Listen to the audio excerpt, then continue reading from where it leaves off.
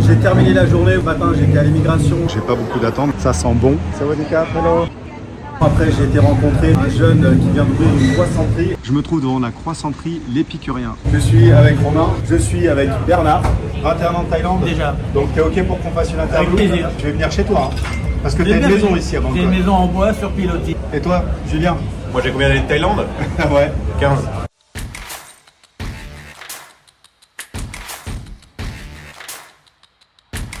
Donc ça y est, je viens d'arriver à l'immigration à Chiang Watana.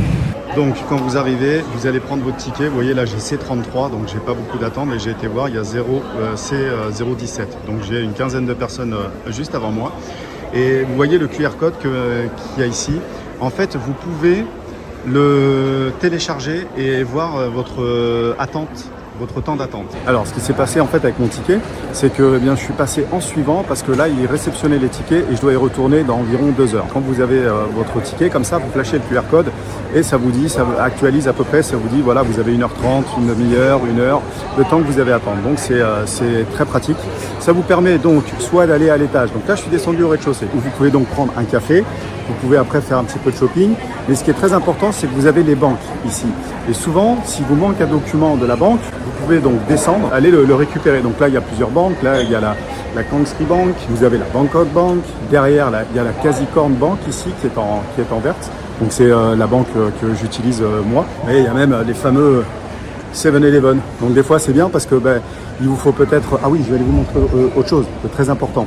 7-Eleven, il vous manque un stylo, vous avez plus de stylo, vous avez oublié votre stylo, vous pouvez aller l'acheter. Vous avez besoin d'un correcteur, vous savez le truc blanc là pour écrire par-dessus, vous allez à cet endroit-là. Quelque chose de très important, vous avez un endroit où vous pouvez imprimer des documents, vous pouvez prendre des photos. Donc ça encore une fois, voilà, si jamais vous oubliez certaines choses, certains documents qui peuvent être faits dans la journée, vous pouvez très bien les faire ici. Pendant que je marche, j'y vais.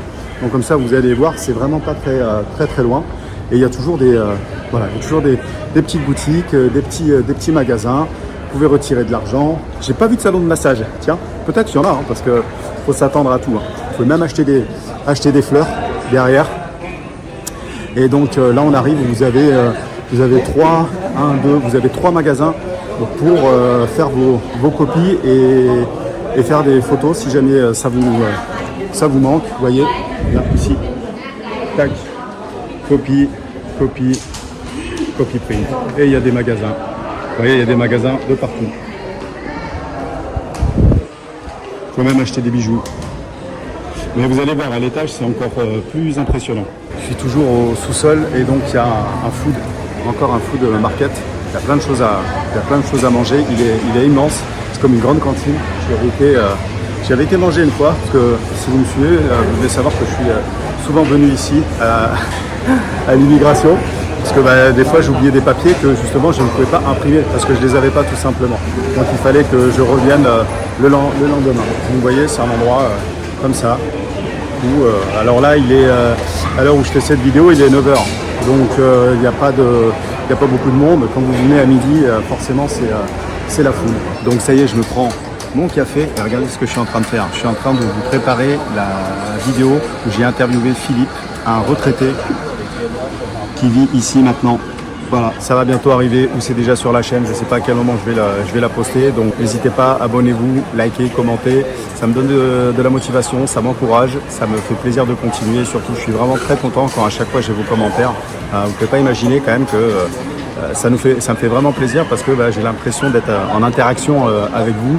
Donc n'hésitez surtout pas à me mettre des commentaires. Vous pouvez même acheter des voitures, vous pouvez acheter votre voiture ici. Alors, il y a de tout, c'est incroyable. On va monter à l'étage et donc on peut voir ici qu'il y a même des animations. Vous voyez, donc il y a souvent des magasins éphémères et là ils ont carrément créé tout un ensemble de magasins pour des vêtements et des fois vous avez carrément des grands food markets. Là c'est différent et on peut voir qu'il y a plusieurs marques même ici. Donc voilà, quand vous venez à l'immigration, eh bien vous pouvez en même temps passer votre journée là comme je le fais. Au lieu d'attendre sur une chaise, ne pensez pas que vous allez devoir attendre sur une chaise assis comme ça pendant des heures et des heures. Quand je vous dis que la Thaïlande, ils sont vraiment en avance, eh bien vous voyez dans un centre d'immigration comme ça, il y a plein de choses que vous pouvez faire, y compris dans un endroit où a priori c'est quand même plutôt ennuyeux, on n'y vient pas par plaisir, c'est plutôt même une corvée. Quand vous avez un visa long terme, vous êtes obligé d'y venir toutes les 90 jours. Et là, ça y est, on arrive, voilà, il y a de quoi manger, vous voyez, voilà. Donc on est encore sur un food market et c'est vraiment super. Ça sent bon et puis c'est toujours le calme, il y a un petit peu de musique. C'est vraiment un plaisir à chaque fois. Sawadika, hello. Il y a des produits frais, il y a des fruits partout, c'est génial.